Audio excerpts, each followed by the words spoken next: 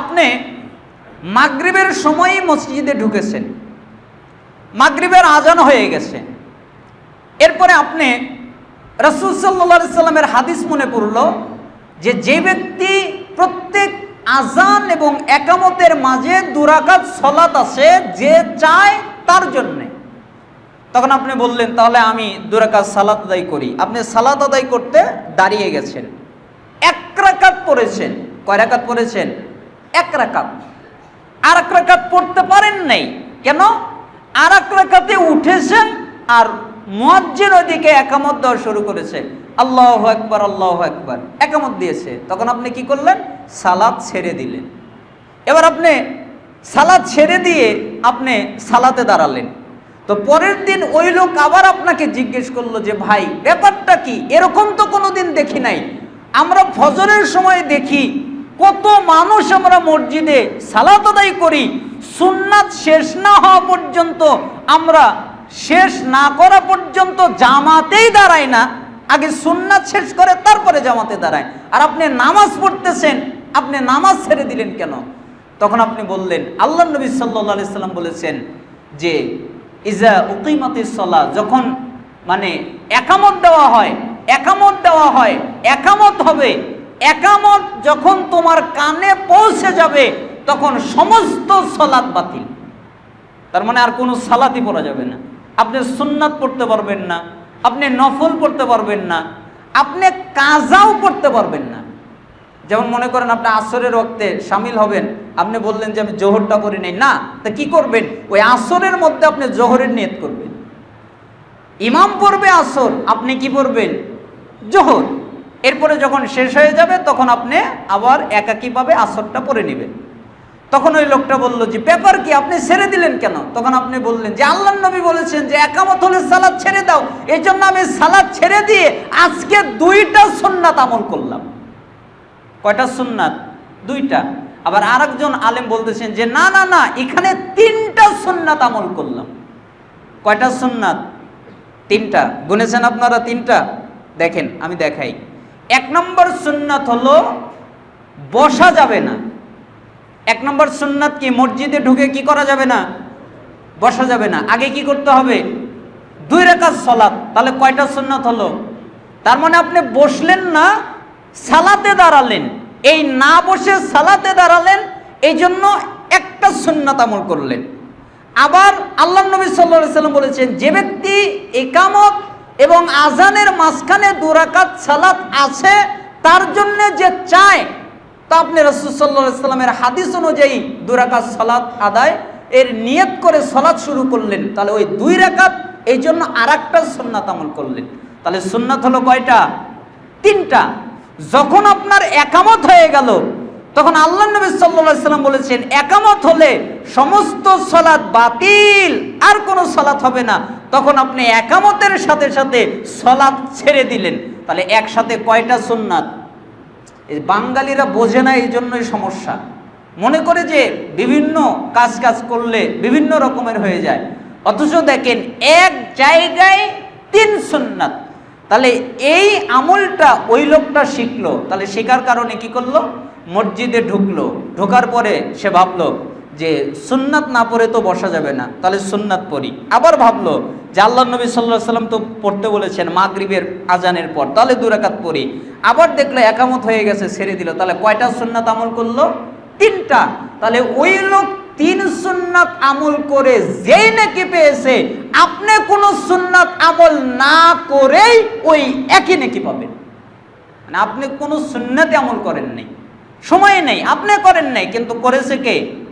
তাহলে ওই লোকটা আপনার কাছ থেকে শিখেছে, আপনার কাছ থেকে শিখে এই সুন্নাতের উপরে আমল করেছে। এজন্য রাসূল সাল্লাল্লাহু আলাইহি সাল্লাম বললেন যেই ব্যক্তি একটা সুন্নাত চালু করলো, ভালো রীতি চালু করলো এবং ওই রীতি নীতির পদ্ধতির কেউ অনুসরণ করলো, তাহলে সে তো তার নেকি পাবেই এবং অন্যজন যে নেকি পাবে আল্লাহ ওই নেকি তাকে দিবেন। তাহলে সুন্নাতের অর্থ ভালো পথ না, মানে সুন্দর আমল দেখলেন, সুন্দর কাজ দেখলেন। এরপরে রাসূল সাল্লাল্লাহু আলাইহি ওয়াসাল্লাম আবার বললেন ওমান সান্না ফিল ইসলামি সুন্নাতান সাইয়্যাতান ফাউমিলা বিহা বাদাহু কুতিবা আলাইহি মিসলু উজরি মান আমিলা বিহা ওয়ালা ইয়ানকুসু মিন আওজারিহিম শাইউন। যেই ব্যক্তি কোনো মন্দ কাজ ইসলামে চালু করলো সে তো তার গুনাহ পাবেই, এবং যত লোক ওই মন্দের অনুসরণ করবে তত লোকের গুনাহ সে একাই পাবে। বলেন তো কার গুনাহ একাই পাবে? সবার গুনাহ। আপনি মনে করেন বন্ধুর সাথে একদিন গল্প করতেছেন, আড্ডা দিচ্ছেন, আড্ডা দিয়ে আপনি বললেন, এই তুমি কি জানো আজকে একটা গান রিলিজ হয়েছে? তো কি গান? এই যে এই গানটা রিলিজ হয়েছে, যাও ইউটিউবে যাও, সার্চ দাও লিখে, আপনি ওই গানটা বের করলেন। বের করার পরে বন্ধু ওই গানটা শুনলো।